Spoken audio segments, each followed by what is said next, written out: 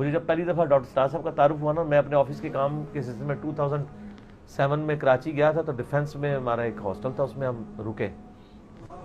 جب زور کی نماز کا وقت آیا نا، تو میں نے اس کو سیکورٹی گارڈ کو کہا یار میں تو نماز جماعت سے پڑھوں گا، مجھے کوئی مسجد بتاؤ. کہنے لگا سر آپ کو یہاں 15 منٹ واک پہ جانا پڑے گا، سمندر کے کنارے کے سے قریب ہی ایک مسجد ہے بہت بڑی، وہاں نماز پڑھیں. میں نے کہا ٹھیک ہے، میں نکل گیا، پوچھتے پوچھاتے پہنچ گیا. جب میں وہاں پہنچا تو بائی چانس جماعت ہو چکی بھی تھی. میرا خیال تھا وہاں پہ 1:30 بجے نماز ہوگی، لیکن 1 یا 1:15 بجے ہو چکی تھی. بہت بڑی مسجد. اب میں تو کٹر بریلوی تھا نا اس وقت، تو میں سونگنا شروع کیا کہ یہ مسجد کس فرقے کی ہے. بڑا سونگ گیا جی، نہیں پتہ لگا، کیونکہ اس میں کوئی علامت ہی نہیں تھی. نہ یا اللہ یا رسول اللہ لکھا تھا، نہ یا اللہ مدد لکھا تھا، نہ حق چاریہ لکھا تھا، نہ کوئی پنجا لگا ہوا تھا. صاف ستھری مسجد، ایڈی بڑی مسجد، غلطی نال بھی کوئی چیز نہیں تھی لکھی ہوئی. میں سوچ میں پڑ گیا یہ مسجد کس فرقے کی ہے. تو میری عادت ہے کہ کوشش ہوتی ہے میں جماعت سے ہی نماز پڑھوں. کچھ لوگ وضو کر رہے تھے، میں نے ان کو کہا کہ جی جماعت کروا لیتے ہیں، کیونکہ نماز کا میری جماعت رہ گئی. تو ان کا ہاں جی کرا لیتے ہیں.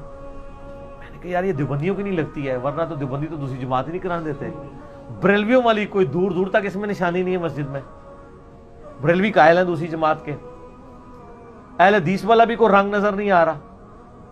نماز پڑھائی، فارغ ہوا. میں نے کسی سے پوچھا یہ مسجد کس کی ہے؟ ان کا جی یہ ڈاکٹر سراج صاحب کی جو جماعت ہے تنظیم اسلامی قرآن اکیڈمی والوں کی یہ مسجد ہے، تو اتنے سارے فرقوں کے لوگ آتے ہیں، اس میں کوئی اس طرح کی ریسٹرکشن نہیں ہے. میں نے کہا اچھا وہ مردود جو ہے، ہم تو مردود ہی سمجھتے تھے نا ڈاکٹر سراج صاحب کو.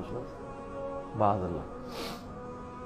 میں فارغ ہی تھا، کام کوئی نہیں تھا. میں کیا مغرب تک، مغرب روٹی کھانی ہے، پھر ہم نے کہیں رات کو یا فجر پڑھ کے ہم نے کہیں دور جانا تھا سائٹ پہ. میں نے کہا چلو یار ہم کو کتابیں ادھر دیکھتے ہیں.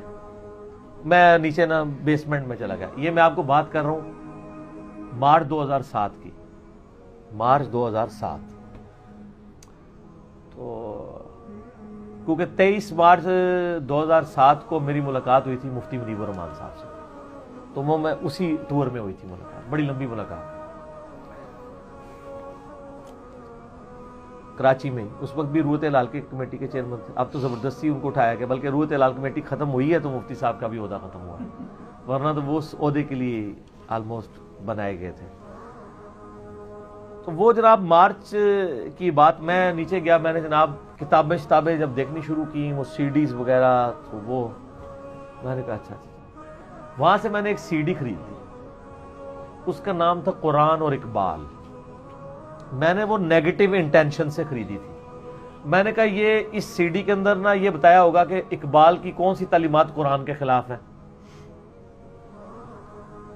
تو میں یہ سمجھ رہا تھا کہ میں کوئی ڈاکٹر اقبال کا زیادہ سگا ہوں. مجھے نہیں تو پتا تھا کہ ڈاکٹر اسرار صاحب تو اقبال کو ایک آئیڈیل طور پہ مانتے ہیں، پولیٹیکل ایک سٹرگل کے اندر. خیر میں نے وہ سی ڈی لے لی.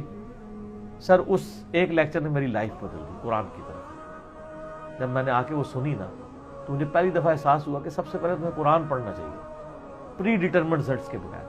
تو میں نے قرآن پڑھنا شروع کیا، تو آہستہ آہستہ میرے عقیدوں کی اصلاح ہوئی. میں ڈاکٹر صاحب کے پاس گیا، دستبوسی کی، ان کو بتایا بڑی ڈیٹیل. 2 دفعہ میری ان کی بڑی لمبی ملاقات ہوئی، بڑی شفقت فرمائی. تو میں نے کہا ڈاکٹر صاحب آپ کی وجہ سے اللہ تعالیٰ نے ہمیں ہدایت دی ہے. ڈاکٹر صاحب کی آنکھوں میں آنسو آ گئے. انہوں نے کہا بیٹا آپ اللہ کا شکر ادا کریں، اللہ تعالیٰ نے آپ کو بہت بڑی دولت دے دی ہے، توحید کی دولت. الحمدللہ.